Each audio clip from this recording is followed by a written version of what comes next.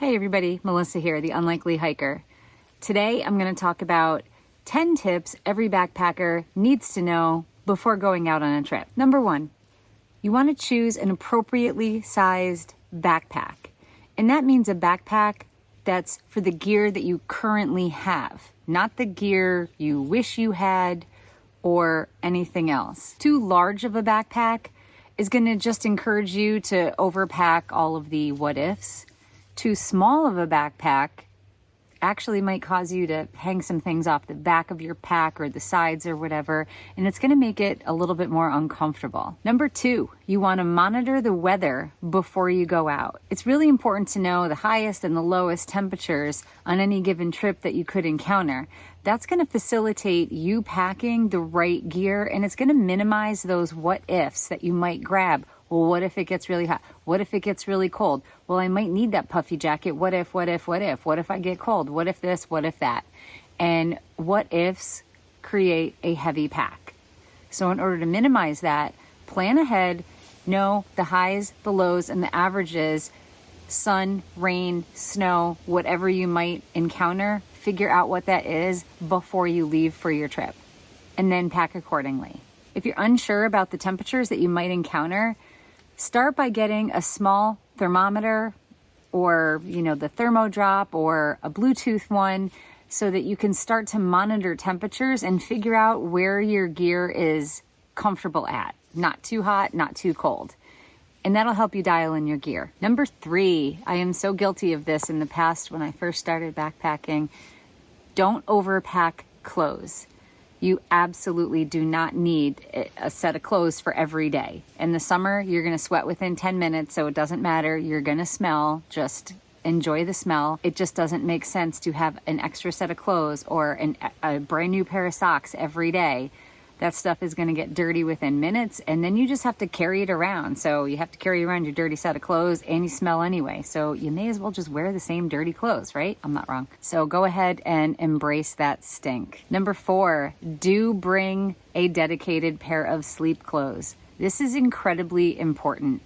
I've even made the mistake in the past of being so tired at camp that I neglected to change out my damp socks, and it made for a very uncomfortable night, let me tell you. My feet were freezing, and then it caused me to be freezing, even though I was wearing dry clothes.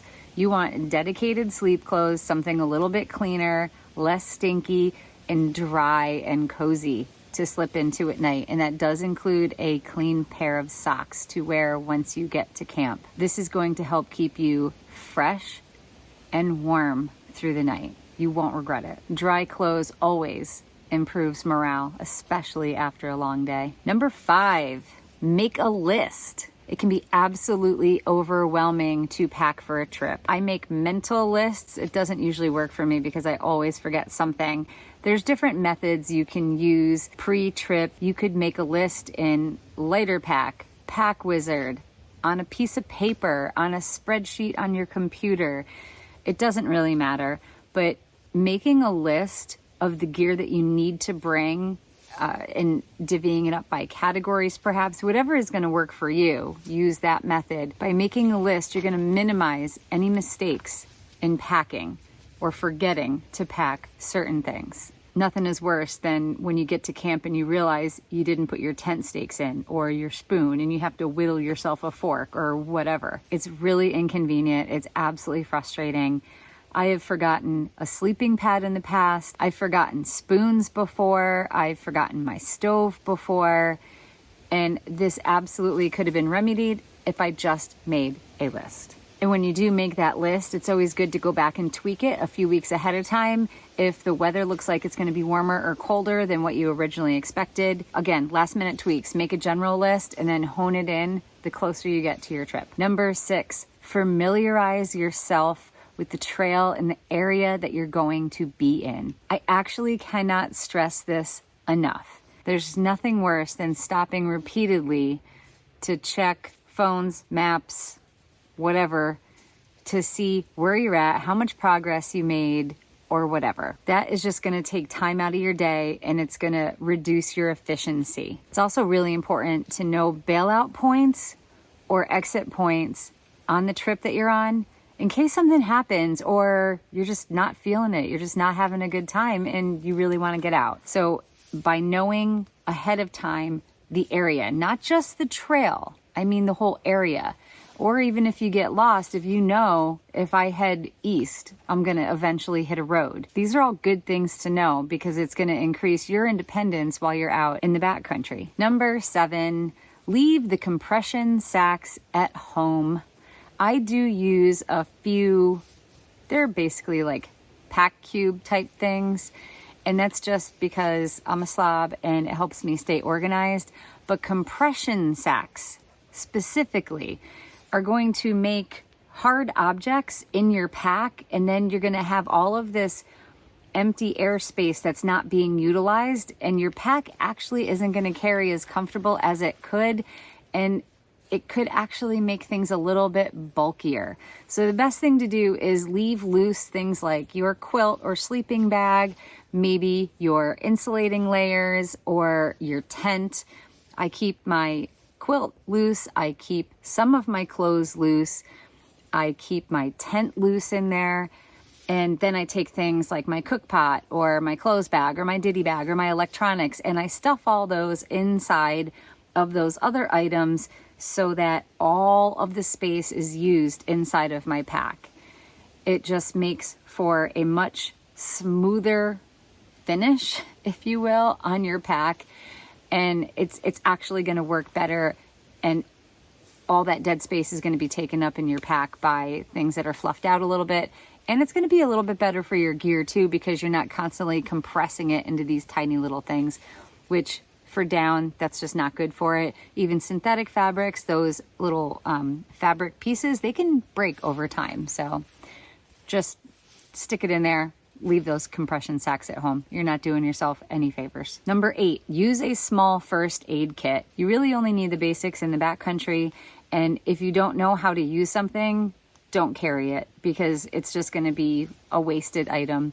Bare necessities, Leukotape or KT tape are going to make great bandages. You don't need to carry Band-Aids as well. And those frankly are not going to even stick very well. Couple gauze pads maybe. You could even use a Kleenex instead of a gauze pad if that's what you have, but keep it basic and keep it streamlined. If you start out with a bigger first aid kit, that's okay, but over time, see what you use and what you don't use, what works and what doesn't work. You know, what doesn't work for me in the Northeast where it's constantly wet might actually work for somebody who hikes in the desert. So figure out what works for you and just carry the basics. Nothing more. Also, there's no reason to bring the whole bottle of ibuprofen. Just bring enough for the trip that you're going on. You can always replenish when you get home. Number 9, if you aren't a big eater, consider splitting up those freeze-dried meals. I myself, I can never finish the whole bag. It's just too much food. So I can save money also by splitting that in half. If I'm backpacking with the dog, I might just bring one for the 2 of us, but most of the time that's not the case. So I'll take those dehydrated meals and I will split those into 2 meals. It's going to save me space in my pack, especially because the Mylar bags are pretty bulky when you put them in your food bag. And I'm going to save money too because I'm splitting it in half. So instead of a $15 meal, you know, I'm only paying half of that. Math is hard, but it's $7.50. And to reheat it, you can just put it into a freezer bag, and you could always make a Reflectix koozie for it, and that's all you need to do. It's pretty simple. Number 10, set up your gear ahead of time at home before you get out on the trail. This is true for new gear, but it's also true for gear that you haven't used since last season, because weird things can happen over the course of the winter, especially if you store your gear incorrectly. Maybe that sleeping pad was put away and it really wasn't completely dry and it might have mold all over it, or I don't know, maybe your tent has a hole or something degraded over the year, delaminated. You want to check the condition of your gear before you take it out on the trail. And you also want to figure out how to set your gear up before you get out on the trail. This is really important, and it's going to save you a lot of frustration out on the trail as well. This also goes for pre-wetting your water filter or testing it for the first time in the season. Nothing is worse than when you're dying of thirst and you can't get the water through your water filter because you forgot to wet it before you left for your trip. I've done that a few times. It doesn't happen anymore because that actually is terrible. And a couple bonus tips for when you return. You always want to take your gear out when you get home. You want to lay it out. You want to make sure it dries. Either set it up in your yard on a sunny day to let your tent or your bag or whatever dry, your sleeping pad. Or for me, I bring it down in the basement. I throw it all over the floor and I let it sit there for anywhere from 2 to 5 days. I have a dehumidifier in the basement as well, so it's nice and dry down there. And I make sure all my gear is really dry before I put it away. This also goes for your cook kit. You want to take it out, you want to wash it, and you want to let it dry before you put it back away. When you put your gear away, don't cram it back into little stuff sacks, store it loose in a bin or something so that it has some airflow through it. It's going to last a lot longer that way.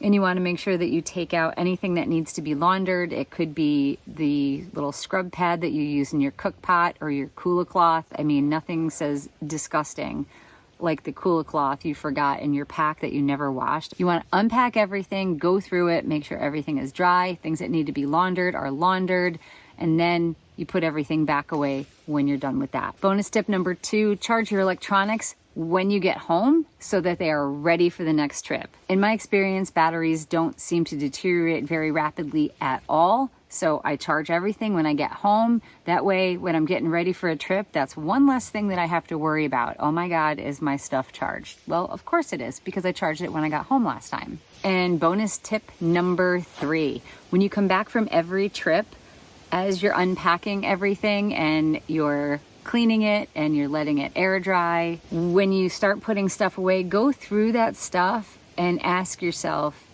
did I use this? And if you didn't use it, consider not bringing it next time. Now, there'll always be things that you bring on every trip that you might not use, and that's fine.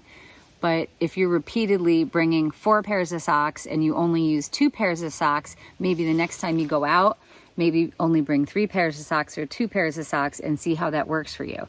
So that way, even if you overpack when you're a new backpacker, you can kind of remedy that by going through and removing things that you're just not using. And it helps you realize, what am I really using out on trail and what can I live without? And that's gonna save you a lot of weight and pack size. The less you bring, the smaller pack, the lighter the weight. See, you can be ultralight, you didn't even know. So anyway, that's what I have for you today.